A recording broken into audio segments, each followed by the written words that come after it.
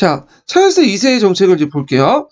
자, 찰스 2세는 그 왕정복국을 하면서 친카톨릭 정책을 이제 피게 돼요. 그래서 요때 이제 그 친카톨릭 정책의 그 내용을 보면요.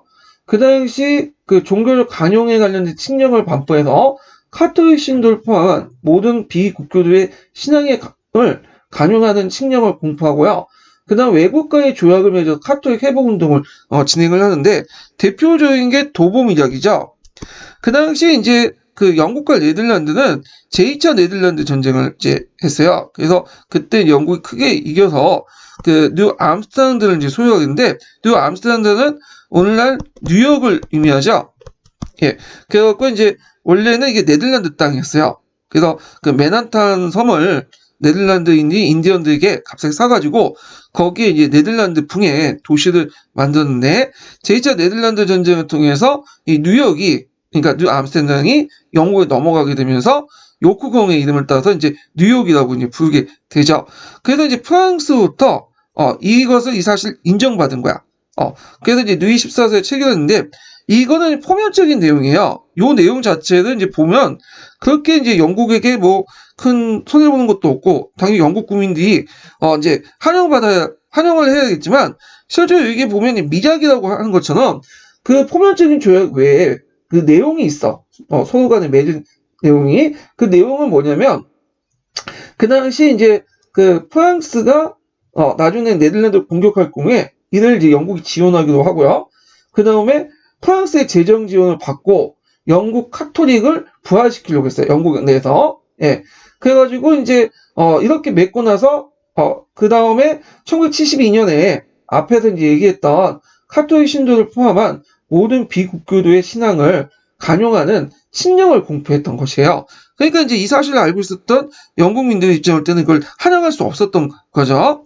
자, 그래서 이제 의회 대응을 볼게요. 자, 이렇게 찰스 2세가 친카톨릭 정책을 이제 펼치니까 의회에서 뭐냐면 이에 대한 대응하는 정책들을 이제 막 법령들을 많이 내요. 그래서 클레랜드 법같이 비국교도의 신분상 제약을 취하는 법을 만들었고요.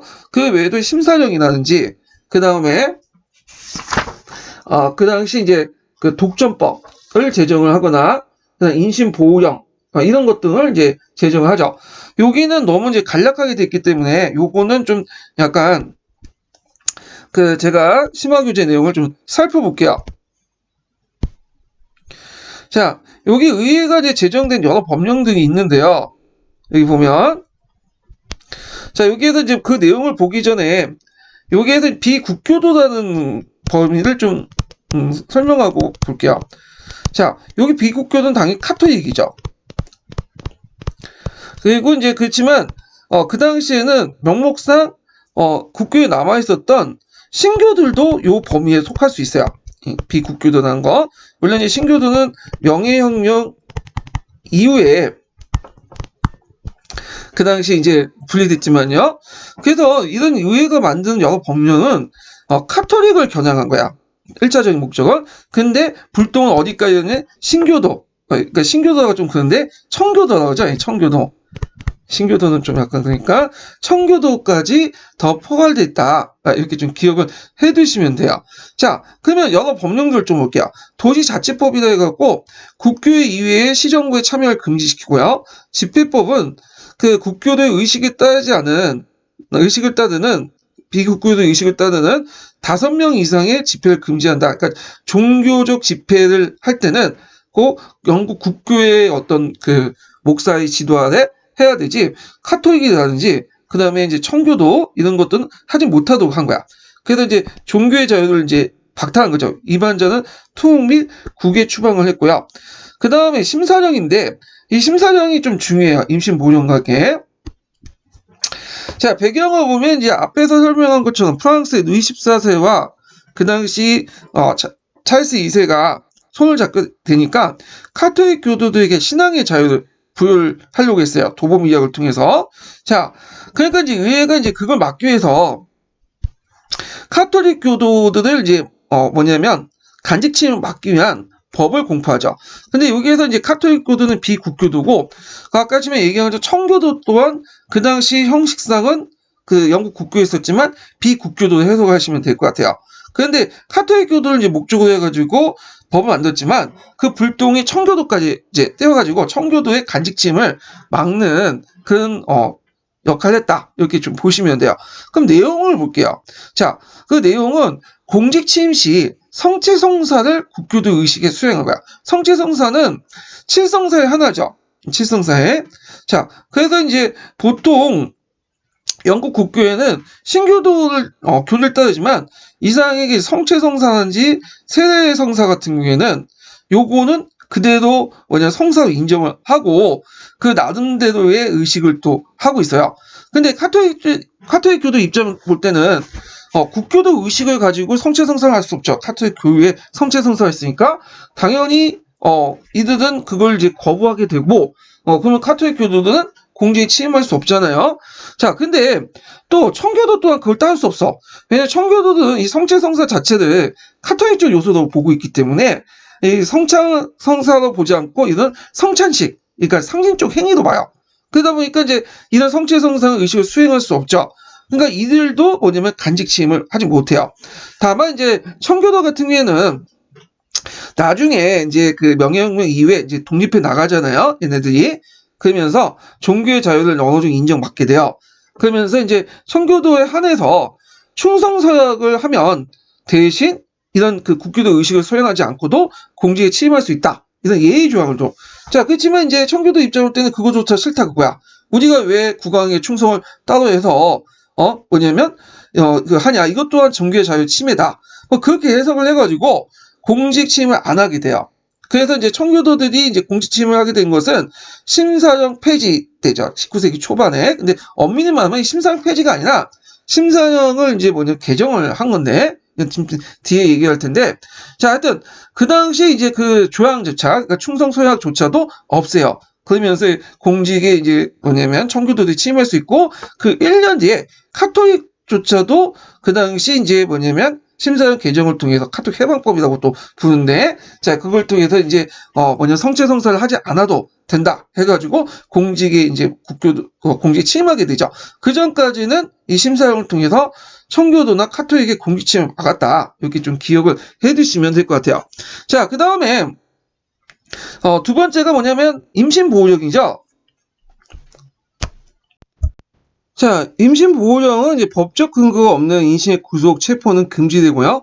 혐의자는 일정 기간 내에 재판을 받아야 되고, 이때 혐의 내용을 명시하는 그런 내용이죠. 그래서 그때 이제 그 야당 역할을 하는 희그당이 주도를 해서 그 법이 만들었고요. 그 다음에 이제 그 독점법이라는 게 있어요. 독점법이란 뭐냐면, 카톨릭 신도가 그 영국왕이 되는 걸 금지를 하려는 그 내용인데, 그 당시 찰스 2세는 아들이 없었기 때문에 그 밑에 제임스 2세라는 동생이 있었어요. 제임스 2세가 카톨릭 교도거든요. 그래서 이 법을 통해서 제임스 2세의 취임을 막으려고 했지만 실제로 잘 안 됐죠. 그건 제임스 2세가 이제 그 법에 있음에도 불구하고 그냥 무시하고 이게 취임을 했기 때문에 그렇게 이제 효력은 없었고요. 자, 그 다음에 이제 이때 그 영국 의회는 토리당과 시그당으로 분리돼 나가요. 그래갖고 이제 토리당은 좀 상대적으로 볼 때 보수적이고 왕권 강화, 지주 관리들로 구성됐고요. 지금의 이제 보수당의 기원이 되죠. 시그당 같은 경우에는 토리당에 비해서 진보적이고 의회 권리를 존중하고 상인 계급, 그 다음에 비국교도 이렇게 있는데 비국교도는 이제 청교도라는데 청교도의 허용 요 정도로 이제 보시면 될 것 같아요. 그 당시 비국교도가 시그당이라는 게 아니라 그 당시 그 시그당이 비국교도에서 좀 상대적으로 포용적이었다. 이렇게 해석을 하셔야 될 것 같아요. 예. 자, 그래서 이 시그당은 나중에 자유당의 기원이 되죠. 예. 그래서 이제 이때부터 심사령 제정 무력부터 토리와 시그등 그 영국의 그 양당 체제가 이제 형성이 되죠. 그래서 근대 정당의 기원이 되고요. 나중에 19세기 때 노동당이 이제 등장하면서 자유당을 제키고 뭐냐면 보수당, 노동당, 양당 체제가 또 확립이 되고요. 물론 지금도 이제 자유당은 있어요. 좀 작은 정당이지만요. 자, 그래서 이 내용들 좀 같이 기억을 해 두시면 될 것 같아요. 자, 그러면 명예혁명을 이제 보죠. 명예혁명. 네. 자, 여기에 이제 명예혁명 이제 과정을 이제 보면요. 자, 배경은 이제 보면 제임스 2세가 이제 즉위를 했는데, 제임스 2세는 딸만 있었어. 딸 2명. 예. 그리고 이제 그 딸 2명이 다 뭐냐 자기 아버지와 달리 신교도였어요. 그리고 그 메리가 첫째 딸인데 그 당시 신교도 축에 있었던 네덜란드 총독의 시집을 갔었고요. 그리고 이제 그 당시 제임스 2세가 여러 또 뭐냐면 친카톨릭 정책을 이제 피게 돼요. 그 형과 마찬가지로. 그래가지고 이제 그때 어떤 정책들을 이제 피게 되냐면 잠깐 여기는 자세하게 안 돼 있기 때문에 사회가 심화 규제를 좀 볼게요. 자, 제임스 2세의 정책은 보면 초기 때는 그 뭐냐면 신앙을 그냥 개인 차원에서만 믿었어. 카톨릭 차원에서. 그걸 이제 국가 정책에 반영을 하지 않았거든요. 제임스 2세가요. 그리고 영국 국교의 특권을 또 확인을 해줬어요. 그래서 이 사람은 개인이 믿는 그 신앙과 카톨릭 신앙과 국가 정책을 좀 분리시켰어. 초창기 때는. 자, 근데 후기 때 들어가면서 이제 본색이 드러나기 시작한 거지. 그래서 자기가 믿고 있는 카톨릭을 이제 개인적 차원이 아니라 국가적 차원으로 확대시키려고 해요. 그래가지고 이제 카톨릭을 부활 시도를 하는데 그 카톨릭 교도들을 정부 추미론, 그다음 고위직 군 대장군, 군대 장교, 대학 교수 등을 임명해요. 자, 이거는 뭐에 위반되는 거죠? 그쵸, 심사령에 위반되는 거죠. 그래서 이제 심사령을 폐기시키죠. 물론 이 심사령은 이제 나중에 명예혁명 이후에 다시 부활돼. 그렇지만 이제 이 당시 잠시 신사령과 임신 보호족을 폐지하고요. 그 다음에 카톨릭 해방선을 하게 돼요. 그래서 이제 카톨릭 해방선을 통해서 그 당시 이제 뭐냐면 그 내용이 이제 뭐냐면 그 제임스 2세가 이제 재혼을 했는데 그때 젊은 부인을 이제 뭐냐면 얻게 돼요. 예, 그 메리라는 부인인데 그 메리가 왕자를 출산을 하거든요. 그리고 이걸 계기로 해서 뭐냐면 카톨릭 회복을 이제 선언하게 되고 그리고 이 노선에 따라 왕은 왕의 이제 그 통치하에 있었던 모든 백성들은 신앙의 자유를 주겠다 이런 식으로 선포를 한 거야. 자, 그러니까 이제 당연히 의회에서 반발을 하죠. 원래 의회는 제임스 2세가 친카톨릭 정책을 할 때까지는 꼭 찾고 있었어. 왜 찾고 있었냐? 제임스 2세는 아들이 없어요. 딸만 있죠. 그럼 제임스 2세가 죽으면 딸이 메리가 이제 그 뭐냐면 여왕이 될 거고, 메리는 당연히 이제 뭐냐면 신교도니까, 그 카톨릭에 대해서 이제 탄압 카톨릭을 믿지 않으니까 그 친카톨릭 정책을 폐기하겠다 이렇게 생각을 했는데, 제임스 2세가 재혼하면서 그 젊은 부인한테 아들이 출생돼 있잖아요. 그럼 그 아들은 당연히 카톨릭 교도가 될 가능성이 많죠. 그러다 보니까 이제 더 이상 참을 수가 없었던 거야. 거기에다 이제 카톨릭 회복선을 하게 되고요. 자, 그러던 이제 그 뭐냐면 의회에서 이제 일으킨 것이 명예혁명이죠. 여러분들 명예혁명은 이제 알다시피 뭐예요? 그렇죠. 피를 흘리지 않았기 때문에 명예혁명이라고 했죠. 그래서 이 명예혁명과 관련돼 갖고 예전에 한번 시험 문제 나왔어요. 명예혁명 몇 년에 났죠? 1688년에 났어. 이거 꼭 기억을 해두세요. 예, 1688년인데 그럼 프랑스 대혁명은 몇 년에 났죠? 1789년에 났어요. 그러니까 100년 뒤죠. 그래서 프랑스 대혁명 이전에 100년 전에 일어났던 사건 해갖고 물어본 적 있어. 명예혁명, 피를 흘리지 않은 혁명 해가지고 했는데 그 당시 이제 제임스 2세가 의회의 어떤 그 공격을 받고 싸울 줄 알았더니 그게 아니라 도망을 가버렸어요. 그래갖고 이제 프랑스 도망을 갔기 때문에 결국엔 피도 흘리지 않고 그 당시 그 메리가 여왕을 즉위하게 되는데요. 문제는 이 메리가 이제 여왕을 즉위하려고 하는데 메리가 조건을 달았죠. 남편인 네덜란드 총독인 월령과 같이 즉위를 해야 된다. 그래갖고 그 당시 메리하고 월리엄이 공동왕으로 추대를 했어요. 자, 그래서 이제 명예혁명이 이렇게 이제 끝났는데, 자, 명예혁명 결과를 보면, 자, 이 명예혁명 결과는 이제 영국의 절대주의 체제가 종말을 깨했고요. 그 다음에 로마 교황 간의 관계가 단절을 명시했고, 그리고 의회의 정치적 위상이 확고해졌다는 거. 그리고 도시 상공시민과 지방 젠틀층의 영향력이 강해지기 시작했고요. 그리고 이 명예혁명을 통해서 영국은 유럽에서 가장 먼저 절대혁명을 타파했어요. 그래서 의회 중심의 입헌 정치를 수립했다. 자, 그러면 이제 그 청교도혁명을 위한 정치적 변화를 좀 더 진전시켰다. 이렇게 의미를 둘 수 있죠. 그러면 의회 중심의 입헌 정치를 이제 하는데 그러면 입헌공화 군주제를 왜 유지했을까요? 영국이 그냥 공화국이지 크노웰처럼. 그거는 앞에 크노웰을 한번 당해봤기 때문에 크노웰은 비록 왕은 아니지만 김정은처럼 절대 권력을 가지고 있는 사람이잖아요. 예. 그래서 이 크노웰의 통치하에서 많은 영국민들이 반발을 이제 느끼게 돼요. 그래가지고 이제 이 크노웰 같은 독재자가 있어서는 안 되겠다. 근데 문제는 항상 그 조직에 보면 윗대가리는 항상 있어야 되죠. 예. 근데 그 윗대가리가 항상 그 크노웰처럼 강력한 지도자면 피곤해. 그러면 어떤 사람들이 원할까요? 보니까 왕이면 좋겠다. 왕을 이제 상징적으로 앉혀놓고, 그러니까 실권 없는 왕을 상징적으로 앉혀놓고 밑에 있는 사람들이 정치하는 게 훨씬 더 낫다. 그래서 크노웰 같은 유능한 그런 독재자보다는 무능하지만 상징적이고 권위 있는 왕이 더 낫다 해갖고 입헌군주제를 실시한 거야. 그래서 지금까지 그 영국이 이런 식으로 쭉 진행이 돼요. 예, 정치사가. 그래서 지금 영국에 가보시면 우리는 크노웰을 상당히 좋게 보잖아요. 안 그런가요? 예. 근데 영국에선 진짜 이완용급으로 봐요. 상당히 안 좋아해. 이 크노웰들. 왜냐면 오랜 세월 동안 이제 뭐냐면 너무 깨끗한 도덕정치, 청교도주의 이런 것들을 내세웠기 때문에 피곤하거든 사람이. 예. 그리고 너무 이 사람이 유능하고 독재적이고 하기 때문에 이 사람을 별로 안 좋아해. 예.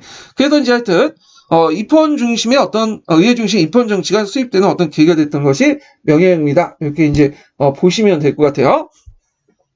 자, 그러면 다시 경기도 합격자 서브 노트를 이제 보면 자. 그때 이제 의회가 이제 뭐냐면 권리장전을 이제 왕후부터 승인받죠. 공동 왕후부터. 이 권리장전이 되게 중요해요. 시험 문제, 기출문제 자주 나오는 거야. 자, 여기 내용을 보면요. 의회 승인 없이 법을 제정하거나 법의 효력을 정지시킬 수 없다. 자, 이거는 의회가 입법권을 가지고 있다. 그래서 그 앞에 있었던 마그나 카르타 같은 그 다음에 권리청 등등을 통해서 의회 입헌 정치 이런 것들을 다시 확인을 받는 거죠. 자, 그 다음에 의회 승인 없이 가세할 수 없다. 의회 승인 없이 상비권을 유지할 수 없다. 의회 선거는 자유로워야 한다. 의회 내에서 토론 자유로하고 의회는 자주 소집되고 법은 공정하고 적절하게 해야 되며 그 다음에 여긴 안 나와있지만 의회 내에서 발언과 토론 또는 의사 진행의 자유는 어떠한 법정이나 의회 밖에서 탄핵되거나 신문의 대상이 될 수 없다. 그래서 의원의 어떤 면책 발언권, 면책권, 이렇게 있죠. 그래서 이제 의회는 상당히 권한을 갖게 돼요. 입법권, 가세권을 확립을 했고요. 그 다음 면책권까지 이제 규정을 하고 있죠. 그래서 이제 있고요. 의미는 중세 이래 영국의 헌정적 정통을 종합한 걸 확인한 거지만 실제 왕권을 제약하고 의회 우위를 확인한 거다. 그래갖고 이제 그 중세 이래요. 그 전에 마그나 카르타나 그 다음에 권리청원 이런 걸 통해서 이제 했던 그런 헌정적 정통을 다시 권리장적을 통해 확인을 해줬다. 이렇게 좀 기억을 해두시면 돼요. 그리고 이것은 미국의 수정헌법과 프랑스의 인권선언서에도 큰 영향을 미치죠. 자, 그 다음에 이제 그 권리장정을 공포하고 나서 의회가 이제 추가적으로 그 의회의 권한을 보완하는 조치를 이제 하게 돼요. 그래서 이 추가 정책들이 상당히 중요한데 이게 예전에 기출문제에 나왔던 거예요. 그래서 그 내용들을 이제 보면요. 자, 의회가 이제 군 통수권을 장악을 하고요. 그 다음 간용법을 제정해. 그래서 비국교도에게 예배의 자유를 허용한다. 자, 이 비국교도라는 건 누구냐면 신교도야. 신교도. 신교도라고 하면 좀 그죠? 예, 청교도라고 하는 게 낫겠네요. 예, 신교도 하면 영국 국교에도 포함되니까. 자, 하여튼 청교도의 어떤 예배의 자유를 허용해줬다. 그리고 이제 앞에서 언급했던 신사령 있죠? 신사령을 좀 완화시켰어. 그래갖고 국교도 의식에 따라 성체성사를 해야 되는데 성체성사 자체가 그다음에 청교도에서는 받아들이지 못하는 거니까 카톨릭적 요소잖아요. 그러다 보니까 이제 충성서령만 하면 간직침을 할 수 있다. 했지만 그거는 뭐냐면 그 청교도 입장할 때는 기분 나쁘다 하면서 안 받아들였죠. 그래서 간직침을 계속 안 했던 거고요. 대신에 이게 예의적인 게 있어. 단 카톨릭은 안 돼요. 카톨릭은 종교의 자유를 박탈해. 다만 뭐 개인적으로 이제 몰래 믿는 거는 그렇게 이제 눈 감아주는데 카톨릭이 공개적으로 이렇게 믿고 다니고 그 다음에 그 신부가 교회를 만들어가지고 그 미사를 하고 그런 것을 금지시키죠. 그래서 카톨릭은 간용법에서 제외된다. 그렇지만 이제 여기에서 간용법의 의미를 보면 비록 이제 카톨릭이 제외를 했지만 하나의 왕국, 하나의 종교라는 원칙이 깨지기 시작한 거죠. 그래서 이제는 청교도가 독립할 수 있었던 것도 그런 원칙이 깨졌기 때문이고 이걸 잘 반영했던 것이 간용법이다. 이렇게 이제 좀 기억을 해주시면 될 것 같아요. 자, 그 다음에 그 외에도 3년 회기법이라는 게 있어요. 그래서 3년마다 의회 정기적 소집을 규정을 했고요.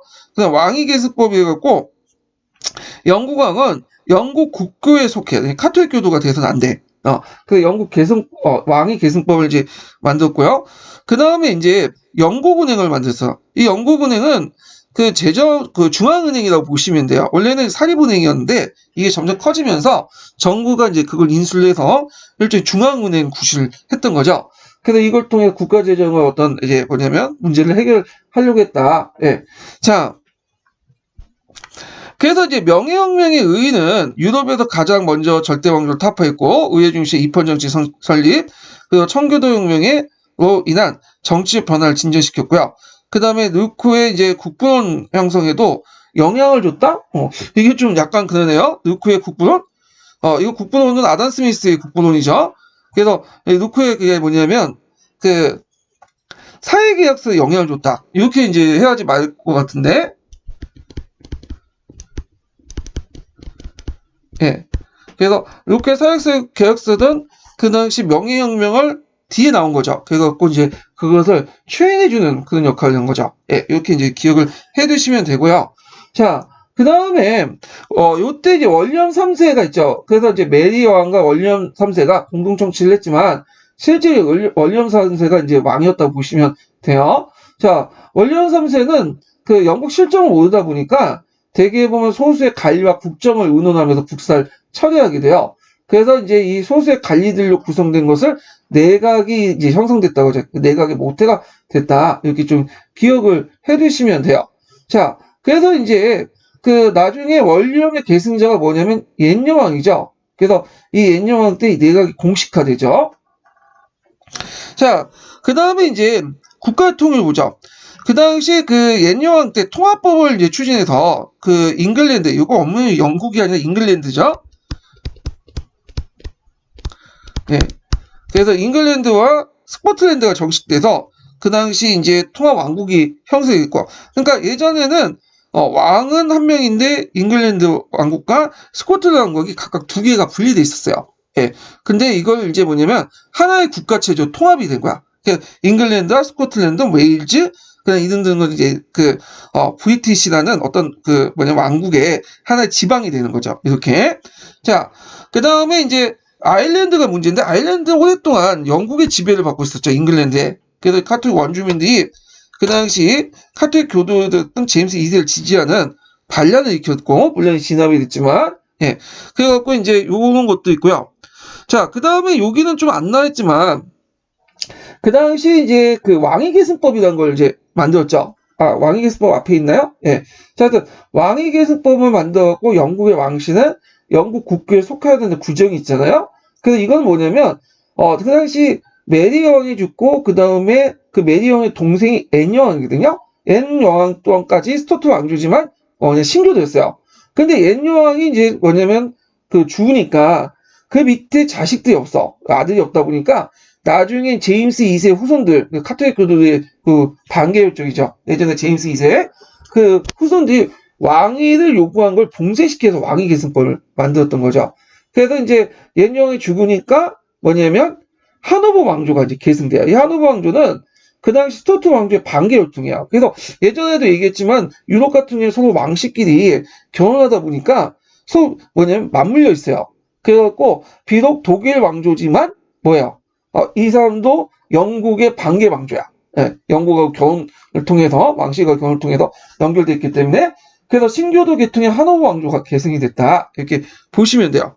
자, 하노버 왕조는 독일 하노버공 조지 1세가 즉위되면서 이제 계승이 됐고요. 그리고 이제 이 하노버 왕조가 독일 왕조이기 때문에 이 하노버 조지 1세는 독일어를 영어를 잘 못했어요. 그래서 그 당시 내각의 모든 권한을 위임하게 되죠. 그래서 책임 내각제가 정착이 돼요. 그래서 의회에서 다수를 차지하는 정당이 내각을 조직하고 의회의 책임을 지는 정치하는 방식인 책임 내각제가 정당했다. 그래서 국왕은 군림하나 통치하지 않는다라는 영국적 정통이 수입됐다. 이렇게 좀 기억을 해두시면 될 것 같아요. 자, 그래서 이제 이렇게 해서 이제 영국의 청교도혁명까지 이제 받고요. 명예혁명까지 받고 그 다음 단계도 이제 뭐냐면 미국의 독립혁명을 볼게요. 독립혁명.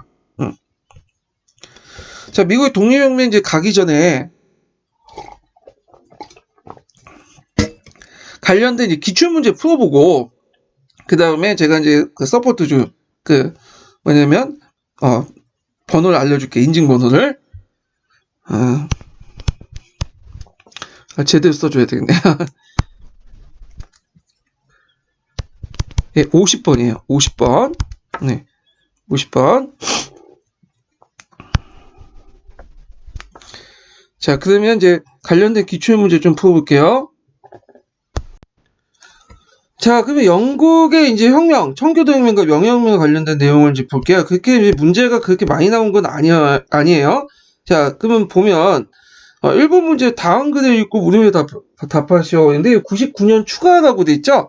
99년에는 이제 역사교사를 많이 뽑았기 때문에 한번 5월달에 더 추가를 뽑은 적이 있어요. 되게 좋을 때죠, 이때가. 예. 자, 이 문제는 이제 뭐냐면 역사 문제도 있지만 지리 1사 통합사에 관련된 문제예요. 그래서 여기에 이제 역사 관련된 내용들만 좀 풀어볼게요. 자, 1-1번 같은 경우에는 이제 경제체제 일반적 특징 해가지고 이렇게 했는데 요거는 뭐냐면 1사 관련된 거니까 넘어가고요. 1-2번 보면 가해 미추치 1번과 관련하여 물음에 답하시오. 그래서 영국에서는 그보다 100년은 일찍 브루즈 혁명이 일어났는데 독일은 반대로 프랑스 반세기 이상 늦었다. 자, 여기에서 영국에서는 그보다 100년 빨리 일어났다고 했죠. 브루즈 혁명이.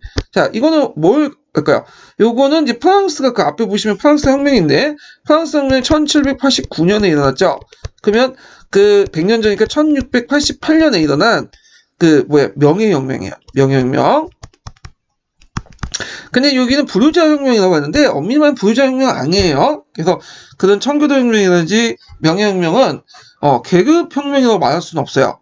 왜냐 거기에 참여했던 젠티라든지 그다음 영국 국교회 그다음 청교도들은 계층적으로 계급적으로 거의 비슷비슷해요. 이 사람들이요. 자기 신념이나 종교 신념에 따라서 이제 어떤 편을 쓰냐가 이제 중요한 건데 하여튼 자 이거는 이제 명예혁명 그 결과 어떤 정치적 변화가 일어났냐. 절대 왕족이 타파되고 의회 중심에 입헌 정치가 수입됐다. 그래서 명예혁명의 결과와 관련된 내용들 쓰시면 돼요. 그 다음에 1-3번 같은 경우에는 역사 문제가 아니라 좀 약간 지휘과 쪽에 관련된 문제거든요. 그래갖고 근데 굳이 이제 요걸 역사과와 이제 연결돼서 보면 근대적 상공의 도시의 발달은 정통적 농촌사회의 해체와 더불어 도시 노동자와 중산계층의 형성을 촉진했고 시민정신을 고취시켜 근대 산업도시의 발달을 가져왔다. 그래갖고 이제 그때 근대 상공도시에 이제 위한 필요한 노동을 어떻게 공급했는가? 이거는 약간 산업혁명과 연결돼갖고 이제 볼 수가 있겠죠. 역사과 측면에서 보면. 그래갖고 이제 산업혁명 때마침 뭐가 일어났죠? 제2차 인클로즈 운동이 일어났어요. 그래서 제2차 인클로즈 결과 많은 이제 뭐냐면 실업자들이 농촌에 방출됐던 그 사람들이 도시에 이주되죠. 그래서 이들이 이제 산업혁명에 뭐냐면 노동력으로 제공되죠. 그래서 요거는 이제 지리과 관련된 문제지만 역사적 사례와 연결돼서 살펴보면 그렇다는 거예요. 예. 그렇지만 1-3번은 지리과 자체의 문제고요. 자, 그 다음에 이제 2번을 볼게요. 2번. 자, 2번은 이제 13년 객관식 기초에 관련된 내용인데 보면 자, 의회가 제출한 권리청원은 승인한 찰스 1세는 이후 의회를 해산시키고 11년 동안 전제정치를 실시하였고 그는 의회 승인 없이 자의적으로 가세를 했다. 그래서 의회의 자의적인 가세를 한 대표적인 게 뭐죠? 선박세죠. 선박세. 그래서 여기에 보면 대표적인 사례는 내륙 지역에도 가세했던 선박세를 들 수 있다. 이거 외워두셨죠? 원래 선박세는 임시세급이에요. 그리고 주로 이제 해안 지방에서 이제 걷었죠. 근데 이걸 이제 상상시키고 내륙까지도 거둘 수 있도록 했던 것이 이제 제임스 1세의 조치죠. 찰스 1세의 조치죠. 자, 그 다음에 이제 니은을 보면, 자, 여기 보면 이제 측근에 각종 독점권 혜택을 주었다.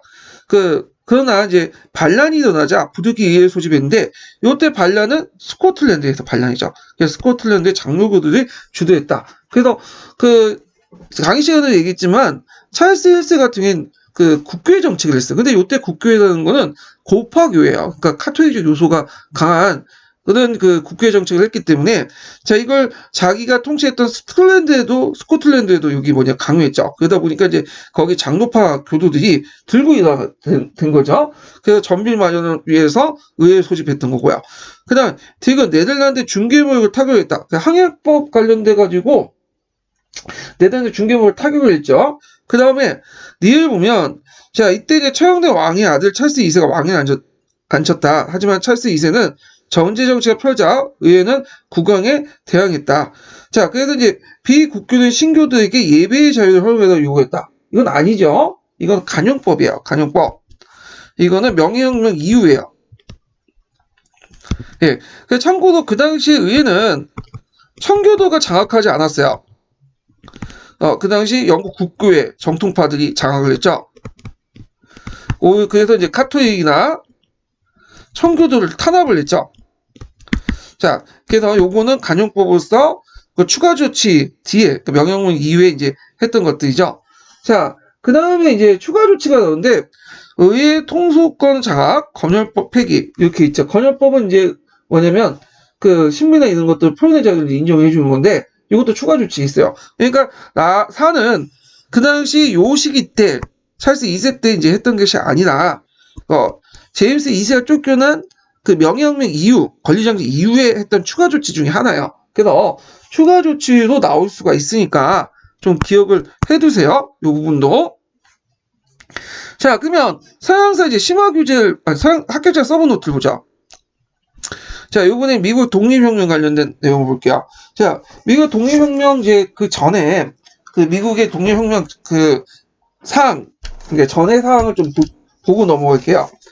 그래서 이제 그 당시 미국의 예전부터 영국의 식민지였죠.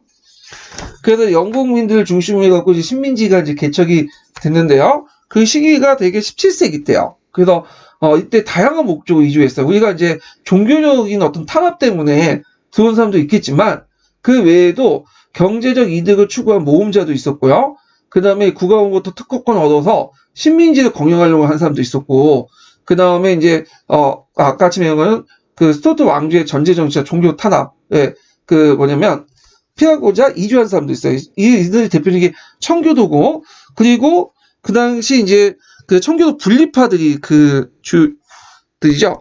이 청교도 분리파들은 뭐라고 얘기하냐면, 전 시간에 얘기했지만 피그림 파더즈다고요. 그리고 이들이 이제 유명한 선언을 하죠. 메인 플라워 선언이 있어요. 그래서 이 메인 플라워 선언 사료에 있는 미국사에 있거든요. 이게 05년 기출문이 나왔기 때문에 메인 플라워 서약 관련된 내용을 한번 기억을 좀 해주시면 좋을 것 같아요. 이 부분을. 자, 그래갖고 이제 메인 플라워 서약 관련된 내용을 좀 약간 더 볼게요. 심화 규제에서. 여기 이제 보면 제가 주 1557번에 적어놨는데 한번 읽어볼게요. 자, 여기 세계사 수업이라는 책에서 이제 따왔는데, 세계사 수업은 전국 역사교사 모임에서 발간된 책이 있어요. 그래서 거기에 있는 걸 인용을 해보면, 버지니아 다음으로 개척된 지역의 미국에서는 순례시죠. 그러니까 피그림 파더즈에 추앙된 청교도들이 건설한 프리먼스, 이게 나중에 이제 매사추세츠에 이제 합병됐는데 프리먼스였다. 청교도는 영국의 칼뱅파 교도도 일컫는 말로 제임스 1세의 청교도 탄압을 피해 종교의 자유와 더불어 좀 더 풍요로운 삶을 찾아 신대륙 항했다. 최초로 청교도 이주자인 메인플라워 승성자들은 런던의 버지니아에서와 협상을 통해 신대륙 이주를 추진했다. 자, 그런데 예정 목적지보다 훨씬 북쪽에 도착하여 버지니아에서부터 받은 특허장을 사용할 수 없게 되자 프리먼스에 상륙하여 독자적인 정착지를 시도했다. 그래서 이 사람들은 원래 버지니아 가려고 했는데 이 배가 이제 여러 가지 뭐 해상이나 해류의 변화 때문에 버지니아에 도착하지 못하고 그 위에 이제 프리먼스에 도착을 했나 봐요. 그래서 이제 독자적인 정착지를 건설하고 이때 이제 청교들이 모여가지고 메인플라워에서 그 서약을 서로 맺게 돼요. 그래서 이 당시 이제 이게 오늘날 그 미국인들의 어떤 개척 정신과 자유평등 이념의 건국 이념이 됐다. 뭐 이런 내용들인데 요거 메인플라워에서 맺은 메인플라워 서약 요 내용을 좀 기억을 해두시면 돼요. 자, 그래서 하여튼 이따가 18세기에는 이제 그 13개 신민지가 만들어지죠. 그 우리가 이제 독립혁명 당시에 13개 신민지가 그때 만들어진 거예요. 18세기 때부터. 예. 그래갖고 있고, 그래서 이제 요 내용들 같이 기억을 해 두시면 돼요. 13개 신민지 중에 그 뭐냐면, 중심 지역이 어디냐면, 그 뉴잉글랜드 지역이야. 뉴잉글랜드 지역. 이 뉴잉글랜드 지역은 어디냐면, 오늘날 그 동부 있죠. 동부, 미국 동부에 보면, 여기 뉴욕 있잖아요. 뉴욕 부근에 있는 지역들이에요. 그러니까 이게 뭐라 할까? 동북부 지역? 예. 요 동북부 지역이 버지니아 북쪽에 있는 지역들을 이제 동북부 지역을 이제 하는데 이 지역이 왜 뉴잉글랜드냐면 잉글랜드 사람들이 모여 살기 때문에 거기가 보통 이제 초창기 때 영국인들이 많이 오니까 13세기 주는 다 영국인이라고 생각하지만 실제 영국인들이 다수긴 하지만 다른 그 사람들도 많이 왔어요. 다른 나라 사람들도. 근데 이제 잉글랜드 사람들이 집중적으로 모여 살았던 지역이 뉴잉글랜드 지역이야. 오늘날 뉴욕이나 이런 지역들을 얘기하죠. 그래서 나중에 독립혁명 당시에 그 독립파들이 많이 거주했고 거기를 주도했던 세력들이 뉴잉글랜드 지역에 살았던 사람들이에요. 예. 자, 하여튼 13개 신민지들을 이제 만들었다. 그 다음에 이제 신민지 사회 특징 이거 좀 외워두세요. 이게 이제 05년 기출문에 나왔던 거거든요. 자, 신민지 사회 특징은 사회적 지위 불평등이 없었죠. 미국은 이제 강한 그 토지를 가지고 있었고 조금만 노력하면 다 지주가 될 수 있었던 사회이기 때문에 그 유럽처럼 뭐 귀족이니 그 다음에 소장농이니 이런 것들이 없었어. 그래서 사회적 지위가 불평등이 없었고 그냥 경제 기회가 주어지고 사회적 유동성이 현저했다. 그 계급 구조가 유연돼서 쉽게 이동을 할 수 있었다. 사회적 갈등이 최소화됐고 그 다음에 거의 대부분 땅을 가지고 있는 지주가 많았고 우리 지주가 많았죠. 예. 그래서 선거권이 확대됐다. 예. 그래서 땅은 넓고 사람은 적다 보니까 그렇게 하는데 엄밀한 지주보다는 자영농이라고 보시면 돼요. 왜냐하면 그 당시에 지주라는 건 소장농에 대비된 말이잖아요. 그래서 소장농이 없으니까 당연히 지주도 없겠죠. 예. 대부분 자영농인데 자, 뭐 이렇게 있고 그 다음에 이제 몇 개 신민지에 정착된 공동체는 성설 기준의 신정 정치를 감행했어요. 물론 이제 나중에 민간이 양도했지만 그래서 성서국가 교회 중심으로 민주주의 자치 발전을 했다. 근데 이제 그 카톨릭 교도에게 너무 박해를 받았는지 다른 종교, 그러니까 신교도를 제외한 다른 종교의 초기에는 되게 뭐 불가능했어. 그래서 종교적 자유도 신교도에 한정됐다. 그래서 여기 미국에서도 마녀 사냥했어요. 그래서 종교 재판하고 비슷한 것도 했고, 근데 그 대상이 그 유럽 같은 경우에 카톨릭 지역은 신교도를 주로 대상했는데 이 지역은 카톨릭을 대상했어. 네. 그래서 상당히 종교적 폐쇄성, 엄격성, 불가용성 이런 것들 이제 보이고 있다는 거죠. 자, 그 신민지 사회 특징들 예전에 한번 기출문에 나왔기 때문에 꼭 기억을 해두세요. 그 초기 신민지의 경계 형태를 보면 노예를 사용한 농장주 경영 형태였죠. 요번에 시험문이 나왔죠. 그래서 버지니아 법령진 관련돼 갖고 그 노예제와 관련된 내용이 나왔죠. 요걸 좀 설명하면 요번에 기출 나왔으니까 좀 설명할게요. 원래 그 초기부터 이제 흑인 노예를 사용했던 건 아니에요. 흑인 노예들. 이거는 뭐 아메리카 이제 전 지역인데 북미나 남미 지역.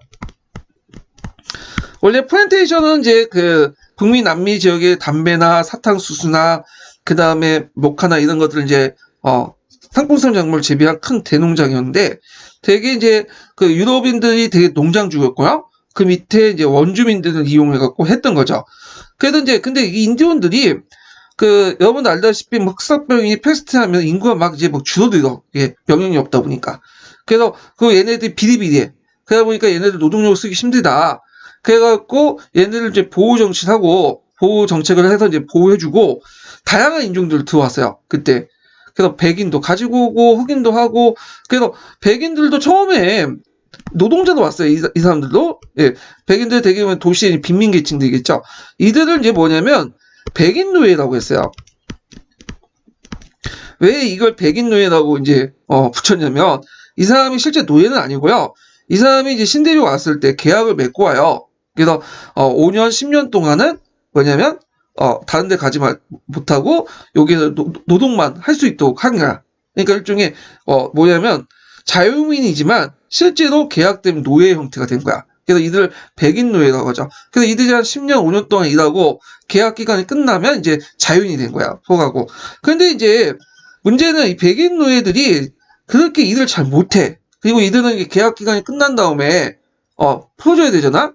자, 그래서 보니까 흑인들은 이제 보니까 이 흑인들이 몸도 튼실하고 머리도 좀 있고 그 다음에 일도 되게 잘해요. 그래서 이제 상강부역을 통해서 흑인들을 이제 가지고 온 거야. 근데 처음에 미국에서 흑인 노예들이 들어온 게 아니라 저쪽 카리브해 있죠. 스페인 그 지배지. 예, 요 지역을 중심해갖고 이제 상강부역을 중심해갖고 흑인부역을 가져와서 카리브해 그 연안 지역에 대농장에 흑인들 쓰기 시작해요. 자, 근데 이제 흑인들 쓰니까 이들이 일도 잘하고 그 다음에 뭐 월급도 잘 안 줘도 되죠. 이 사람들 월급 주진 않고 그 다음에 그러니까 가격이 여러 가지 생산품들이 단가가 낮아지게 되는 거야. 자, 그러니까 이제 처음에 남부 지역에서는 흑인들을 안 썼어요. 예. 그 대부분 백인 자영농들이 스스로 노동을 하거나 아니면 계약 노동자들 모아가지고 썼는데 이 흑인들 흑인 노예를 썼던 카리브해에서 만든 생산품들이 단가가 싸고 많이 생산을 하니까 이제 가격 경쟁력이 밀리게 된 거야. 자, 그러니까 이제 남부에서는 처음에는 흑인 노예를 쓰지 않다가 17세기 중후반 들어가면서 흑인 노예들을 쓰기 시작한 거야. 이게 노예를 쓰는 목적이 일단 경제적 목적이었고요. 그리고 이걸 통해서 이제 흑인 노예들이 또 뭐냐면 피부가 백인하고 좀 다르잖아요. 예. 그래서 이런 것들 피부색을 가지고 또 이들은 천한 계층이고 천한 인종이기 때문에 이들은 하나님부터 뭐냐면 노예로서 점지어준 인종들이다. 이런 식으로 합리화시키면서 이들을 노예로 만들었던 거죠. 예. 그리고 그와 관련된 입법 조치들 많이 행해졌어요. 그래서 요번에 그 관련된 노예 관련된 내용이 요 부분과 경제 배경하고 관련돼 있죠. 예, 좀 기억을 해두시고요. 자, 하여튼 남부는 노예를 통해 플랜테이션 농업이 이제 발달한 반면에 북부 같은 경우에는 주 자연농민 위주였고요. 상공업이 발달됐어요. 상공업. 그러다 보니까 이제 노예에 대한 생각이 좀 다를 수밖에 없겠죠. 왜냐면 그 남부 같은 경우에는 값싼 노예를 통해서 농장을 병작하는 게 이득이지만 일단 북부 같은 경우에는 상공업이 발달되기 때문에 노예는 노동력으로서 그렇게 가치가 없어요. 왜냐면 관리 비용이 많이 들잖아요.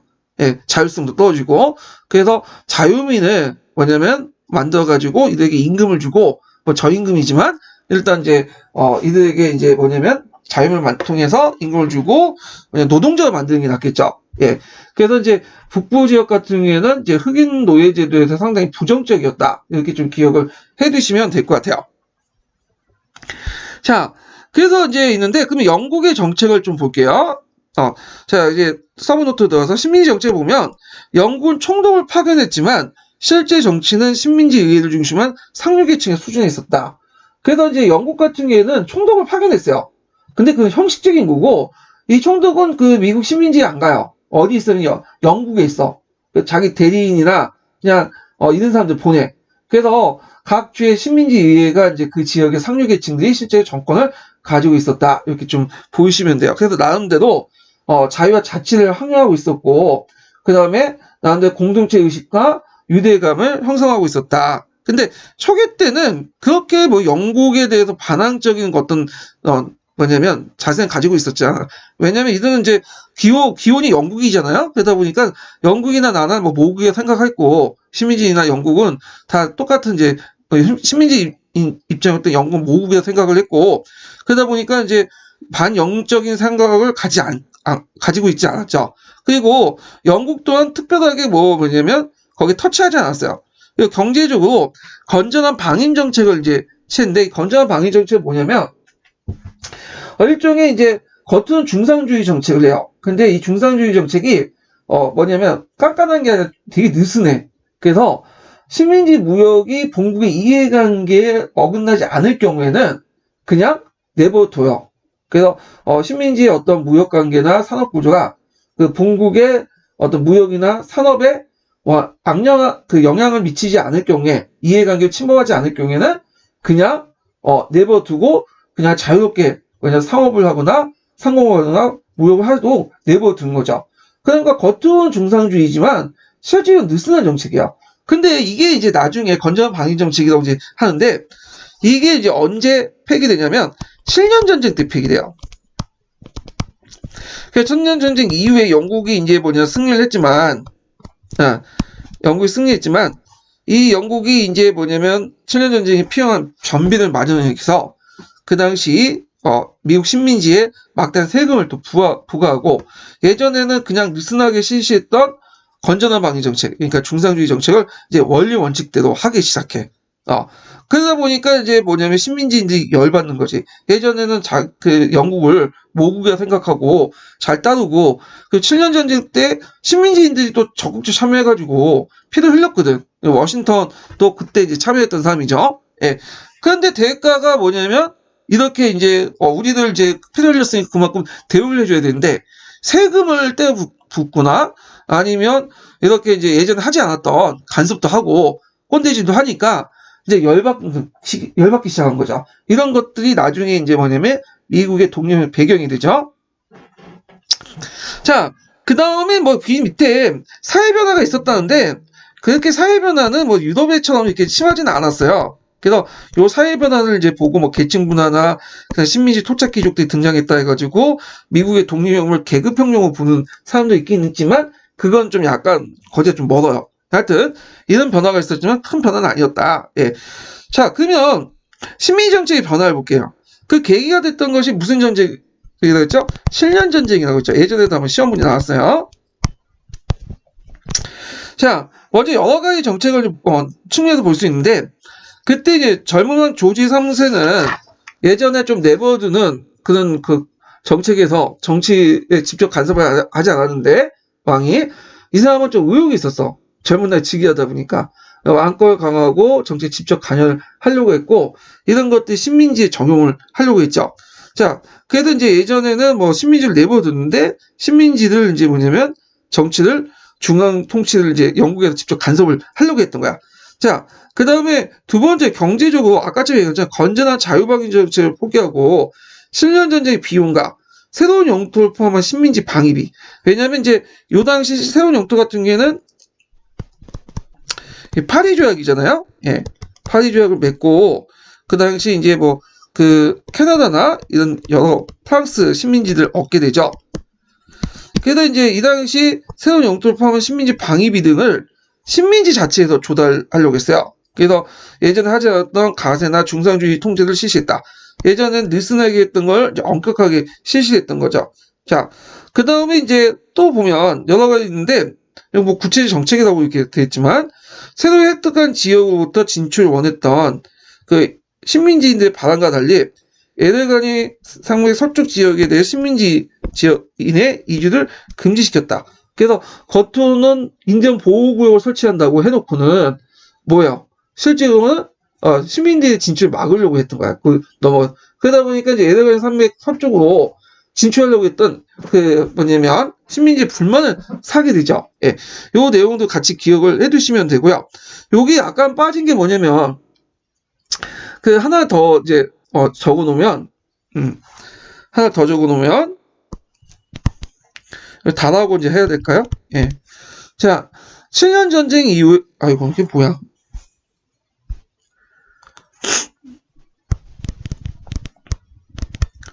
자, 7년 전쟁 이후 엉성한 제국을, 짜임새 있는 제국을 만들려고 했다.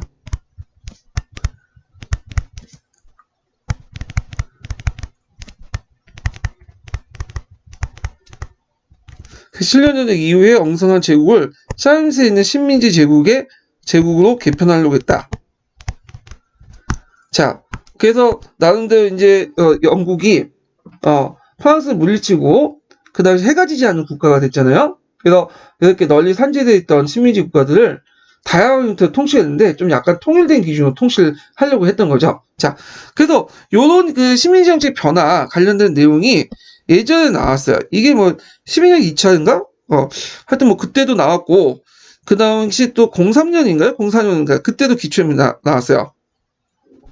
그리고 이제 세금을 이제 부과한다고 했잖아요. 그래서 이제 대표적인 가세를 징수했는데 여러 가지 세금들을 자, 그 중에 이제 하나가 뭐냐면 설탕법이야. 그래서 설탕법은 타국 식민지부터 수입된 설탕에 대해 가세를 엄격히 징수를 했다. 예. 그 다음에 인지법이라고 하죠. 인지법은 이제 신문, 책자, 카드 등의 인지를 첨부할 걸 규정을 했는데요.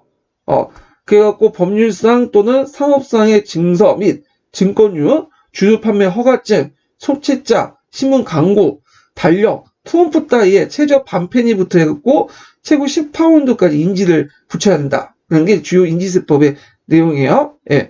자, 그러니까 이제 이거에 대해서는 당연히 식민지인들 반발을 하죠. 그래갖고 이제 식민지 대표 인지법 회의가 개최돼요. 예. 그래서 뉴욕에서 이제 그때 개최됐는데 그때 버지니아에 의해서 채택한 그 원칙이 뭐냐면 대표 없는 곳에 가세 없다.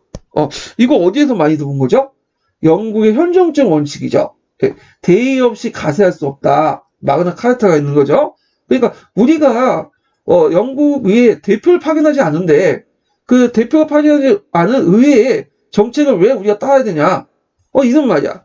그래서 그 당시 이제 이걸 하고 곳곳에 영국 상품 불매 운동을 뭐냐면 발생을 해요.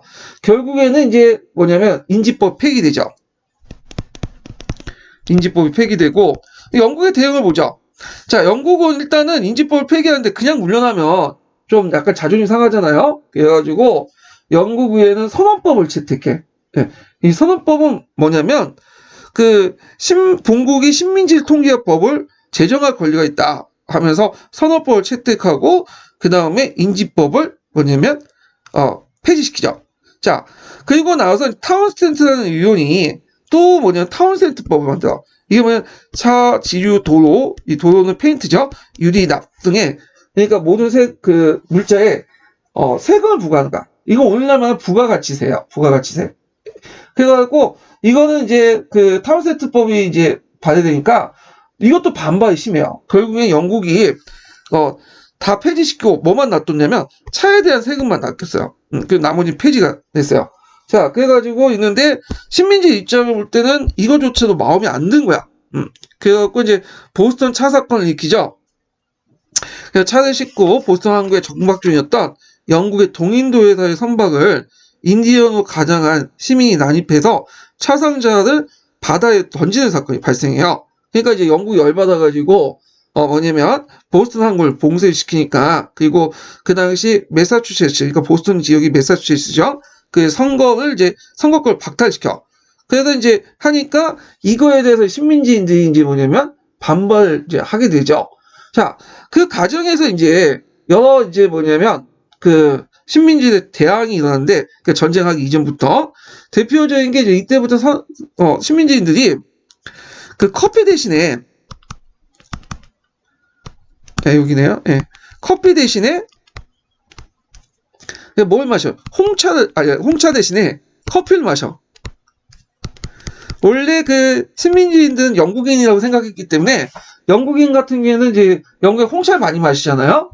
그래서 영국인들은 보통 이제 6잔을 홍차를 마신다고 하고 미국에서도 영국에 따라서 이제 홍차를 마셨는데 자, 이때 이제 관계가 악화되면서 그 당시 미국에서 홍차를 마시는 사람들을 이제 한자나 이상한 사람을 취급하게 돼요.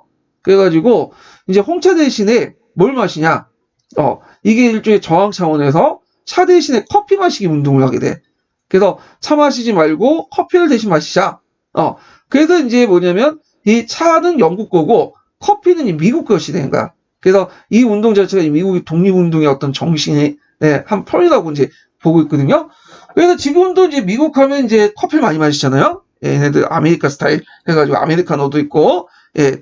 자, 하여튼, 그렇게 있고, 그 다음에 이제 여긴 더 안 나왔지만, 그 다음에 토마스 페인이라는 사람이 있어요. 토마스 페인. 토마스 페인이, 아이고, 상식론을 공부하죠. 토마스 페인의 상식론, 커먼센스라는 그 책을 이제 팜플렛을 뭐냐면, 발표하는데, 이 상식론은 되게 유명하기 때문에 좀 보고 넘어갈게요. 심화규제에서.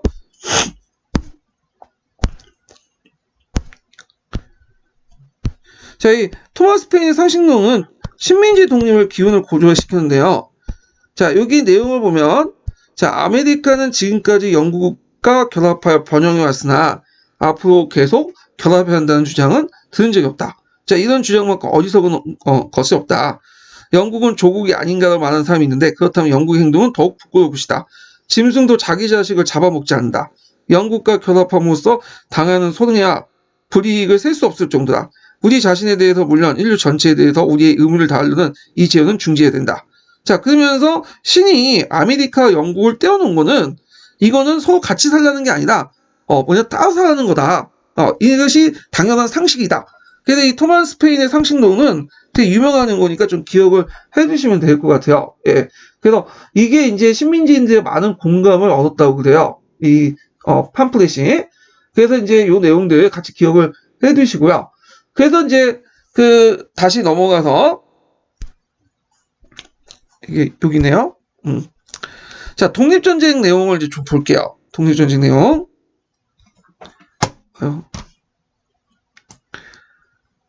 자, 독립전쟁 과정을 이제 보면 이 독립전쟁 과정도 예전에 시민의 기초문제 나왔어요. 자, 보스턴 차 사건, 그 다음에 영국 압박을 거쳐서 그 당시 제1차 대륙회의를 개최하게 되죠. 그래서 그 보스턴에 대한 강압적 조치에 취해지니까 그 전에 이제 식민지인들끼리 의견 발표와 정보 교환을 위해서 기관이 만들어졌는데 이게 통신위원회라고 해요. 지역마다 있었어.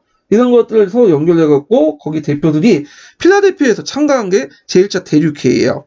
그래가지고 그 당시 본국위의 식민지에 대한 입법권을 부정하고요. 본국과의 통상단절을 결정하여 영국 상부의 보이콧을 시작하죠.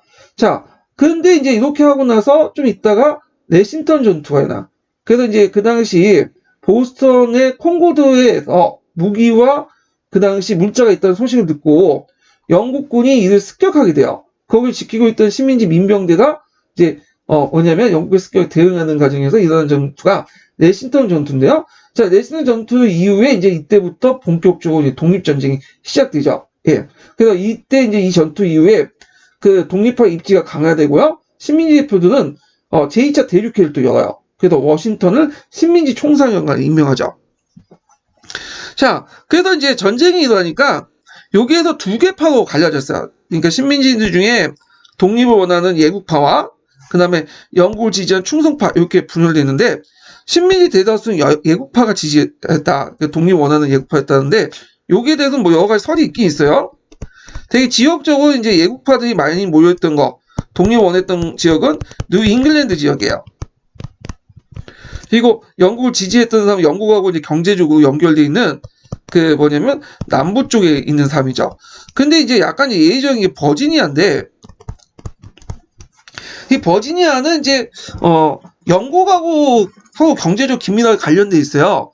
그런데도 불구하고 이 버지니아는 이제 좀 뉴잉글랜드 지역과 함께 독립파 세력들이 좀 많았어요. 그래서 그 당시 이제 그 버지니아 출신의 독립운동가들이 되게 많았죠. 워싱턴도 버지니아 출신이고요. 예.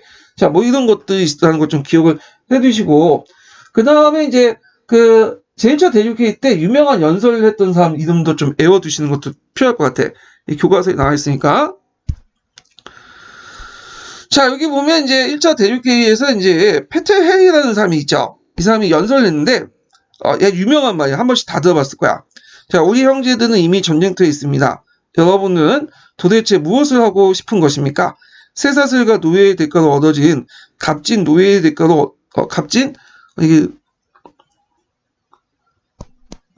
노예의 대가로 얻어진 그 값진 생명입니까? 여기가 중복된 글이네요. 예. 아니면 달콤한 평화입니까? 나는 다른 사람들이 어떤 길을 갈렸는지 알지 못합니다. 그러나 나에 관하여 나에게 자유를 달라. 그렇지 않으면 죽음을 달라. 예, 자유가 아니면 죽음을 달라. 이 말이 패트릭 해리가 이제 했던 연설문이죠. 자, 그래서 이제 내용을 다시 들어가서 2차 대륙회의를 볼게요. 2차 대륙회의가 상당히 중요해. 자, 그래서 내싱턴 전투 이후에 이제 곧바로 제2차 대륙회의가 열고, 그리고 민병대를 정규군으로 이제 공인을 하고요. 그리고 조지 워싱턴을 총사령관으로 임명을 해요. 자, 그리고 이제 이 제2차 대륙회의가 전쟁 지도자 진도 기간 담당 기관이 되죠. 그리고 제펀슨이 위에서 기초한 독립선언서를 공포하죠. 이거 예전에 기출문이 나왔죠. 자, 그래서 그 내용을 보면요. 여기 예전에 기출문이 나왔는데, 자, 인간은 평등하게 태어났으며 생명, 자유, 행복, 추구라는 양도할 수 없는 천부의 권리를 가지며 정부는 피치제의 동의에 의해서 이런 권리를 보호하기 위해 수입된 것이며, 따라서 정부는 그러한 목적을 파기할 경우 이들 번역, 폐지할 경우 새로운 정부를 수입할 권리를 갖는다. 자, 이게 저항권이죠. 루크의 저항권. 그래서 이게 이제 예전에 한번 시험 문제 나왔기 때문에 좀 기억을 해두시고요. 제가 이거 좀 약간 내용이 적은데 사형사 심화교재에 좀 약간 길게 실어놨어요. 자, 그러면 그 독립선언서의 지금 내용을 볼게요. 그 의미를. 자, 여기 모든 사람은 창조주의에서 일정한 불가역의 권리, 그러니까 생명, 자유, 행복의 추구의 권리가 있다. 자연권이 있다는 거고, 그 다음에 정부의 정당한 권리와 근원은 피치제의 동의가 있다. 주권제민을 이제 얘기하는 거죠. 폭정을 하는 정부를 타도하고 새로운 정부를 수입할 수 있다. 그건 혁명권을 얘기하는데, 요때 폭정을 하는 정부는 어딜까요? 영국이죠, 영국. 자, 그냥 누크의 사회개혁론이나 자연권 사상이 반영됐고요. 생명, 자유, 행복 등 자연권은 한계가 여기 백인만 해당한다. 흑인, 노예, 여자는 제했다. 상대적으로 프랑스 인권선언서는 모든 계층, 인종에 상관없이 남녀 상관없이 모든 사람을 포용하고 있죠. 물론 이제 실제는 좀 다를 수 있지만, 자, 그 다음에 제3의 입각한 사회계서제는 번하지 않았고 권리의 평등 문제 대신에 자유만 강조했다. 이게 무슨 말이냐면 그 당시에는 상대적으로 프랑스 혁명 같은 경우에는 자유와 평등을 되게 강조했잖아. 그러니까 민주과 부유자 세력들 보편적 성격을 띠고 있는데 여기에서는 이미 모든 사람들이 상당수가 토지를 갖고 있어요. 토지를. 자, 그래서 경제적인 문제는 있겠지만 그렇게 중요한 게 아니야. 중요한 건 정치적 자유야. 그래서 미국의 독립혁명은 경제적인 어떤 계급혁명의 어떤 성격보다는 그 당시 정치적 자유를 더 강조했기 때문에 평등보다는 자유를 강조한다. 예. 그래서 평등을 강조하지 않았던 것은 평등의 문제가 뭐냐면 미국 사회에서는 그렇게 중요하지 않은 문제였어요. 초기 미국에서는 모든 사람들이 상당수가 땅을 가지고 있기 때문에 뭐냐면 거의 평준화됐죠. 예. 그래서 이런 측면에서 이제 이해를 해주시면 될 것 같아요. 근데 이에 반해서 프랑스 같은 경우에는 자유도 중요하지만 또 경제적인 어떤 평등도 강조하죠. 사회적 평등. 그렇기 때문에 이제 이런 것들이 이제 주장했던 거고, 이런 것들이 이제 프랑스 인권선언서가 좀 더 미국의 독립선언서보다 많은 나라에 적용할 수 있기 때문에 보편적 성격을 가지고 있었다. 이렇게 이제 이해를 해주시면 될 것 같아요. 자, 그래서 이제 이런 내용도 있고요. 그래서 이제 식민지들이 처음에 승리할 이게 식민지가 보면 식민지 승리인데 전쟁은 처음에 불리했어요. 왜냐하면 영국 같은 경우에는 정규군이고 그 다음에 상당히 이제 노하우가 있잖아요, 전쟁에. 근데 이제 이에 대해서 미국 같은 민병대 조직이죠. 그러다 보니까 이제 불리했지만 사라토가 전투 이후에 이제 첫 승리를 거두게 되고요. 국제정세도 되게 유리했어. 요것도 꼭 외워두세요. 예전에 기출문에 나왔던 거야. 그래서 그 당시 7년 전쟁에서 영국에 패한 프랑스가 식민지 편을 가담해서 했고, 이에 에스파냐, 네덜란드가 식민지 편에 가담했죠. 자, 여기 프랑스, 에스파냐, 네덜란드 공통점이 뭐예요? 영국에 한번 당했던 국가들이죠. 그래서 이렇게 했고, 이들이 이제 미국의 어떤 독립혁명을 지원했던 거는 어떤 원칙에 세력 분열의 원칙이기 때문에. 자, 그래서 이제 이것도 일종의 보면 프랑스 일종의 왕조 전쟁 2단으로 보시면 될 것 같아요. 크게 넓게 봐서. 하여튼 이렇게 세력 분열 원칙이 그대로 적용했다. 그 다음 러시아를 비롯한 스웨덴, 포유세는 무장 중립선언을 하게 돼요. 그 영국에 대항하는 태도를 취했는데 이 말은 뭐냐, 무장 중립선언은 뭐냐면 지금은 중립이에요. 근데 만약에 기회가 있으면 누구한테 가담하겠다는 거야. 미국한테 가담을 하겠다는 거야. 물론 영국 입장일 때는 얘들하고 직접 싸우지는 않지만 어때, 상당히 심적으로 부담이 되겠죠. 결국에는 이제 요크타운 전투에서 크게 승리를 해서 항복하게 되고, 그 당시 영국과 미국은 파리 조약을 맺게 되죠.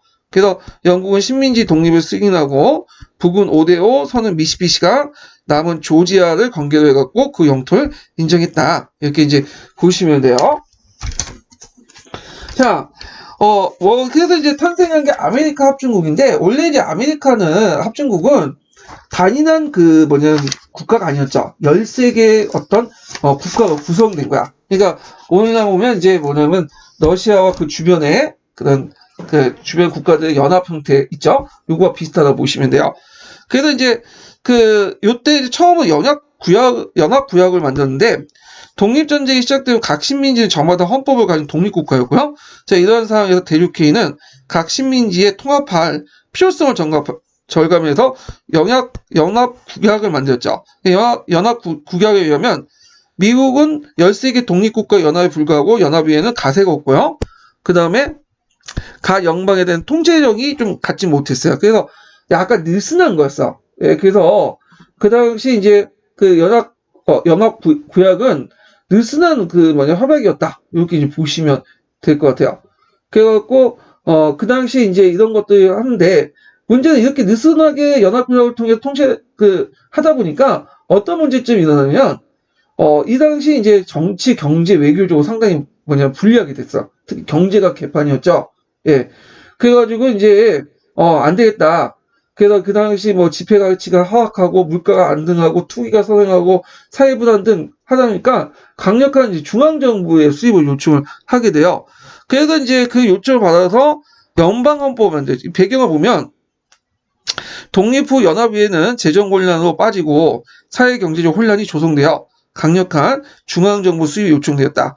그리하여 1787년 필라델피아에서 헌법제정회의를 개최하여 종래 영합의회보다 훨씬 강력한 연방정부를 구성하기도 했다.